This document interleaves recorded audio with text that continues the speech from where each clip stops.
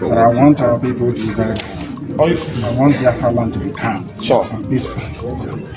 Calm and very, very peaceful. We are fighting to defend our people. Not to kill them. Yes. We are fighting to defend them. That's why I'm here. Yes. And we'll continue to do so until we get victory. ONYEOMA TOCHUKWU abịa ọzọ unu wolo unu mụ malụ m.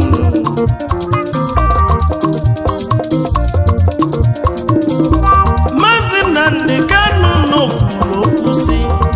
obi dị ọkụ nye dajụọ n'elu ụwa n'udo ga-adị n'isi ụmụ Igbo niile n'udo ga-adị n'isi ụmụ Biafra onye jikwa n'iwe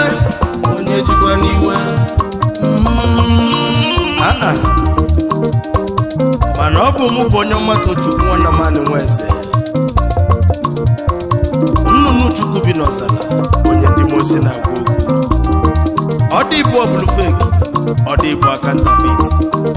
o ji ife nwata wenye aka enu ọkụ ya gbajie nya bụ aka ka nwata were ife ejebela onwe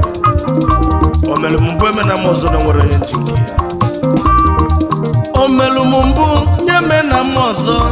na o nwere onye nji ife ya nenu asịrị m o mere m mbụ nye mekwa na m ọzọ na o nwere onye nji nke nenu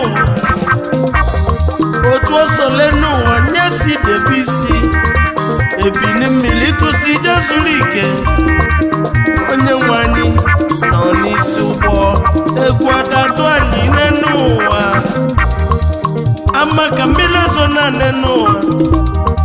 anwụ gacharịrị n'enu ụwa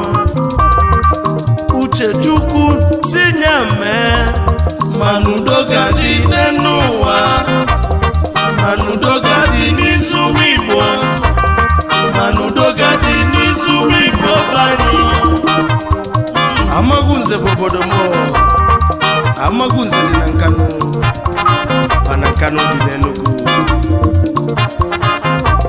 n'ọbụ nweze na-ekwu onweze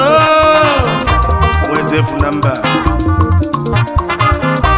Mazi Nnamdi Kanu n'okwuru okwu sị obi dị ọkụ nye dajụọ n'elu ụwa n'udo ga-adị n'isi ụmụ Igbo niile n'udo ga-adị n'isi ụmụ Biafra onye jikwa n'iwe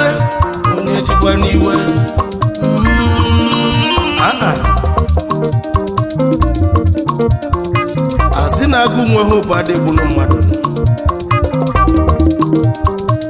amake n'ụwa ajọna ụmụ Igbo ya ebilili n'ụwa amaka mmiri ezona anyị ga-ama isi enu otu o sole n'ụwa si debe isi nụ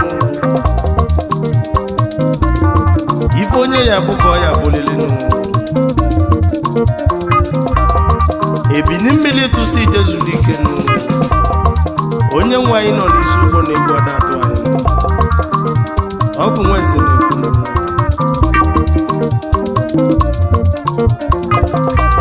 onye mmegbu na mmadụ bie n'enu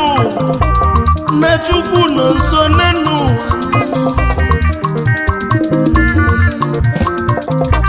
emegbu na mmadụ ibe n'enu maka Chukwu nọ nso n'enu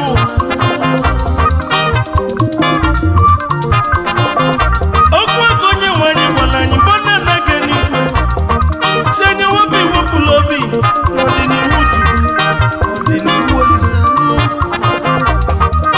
osi anyị zu n'ori o siri anyị gbana mmasị kwagide mmadụ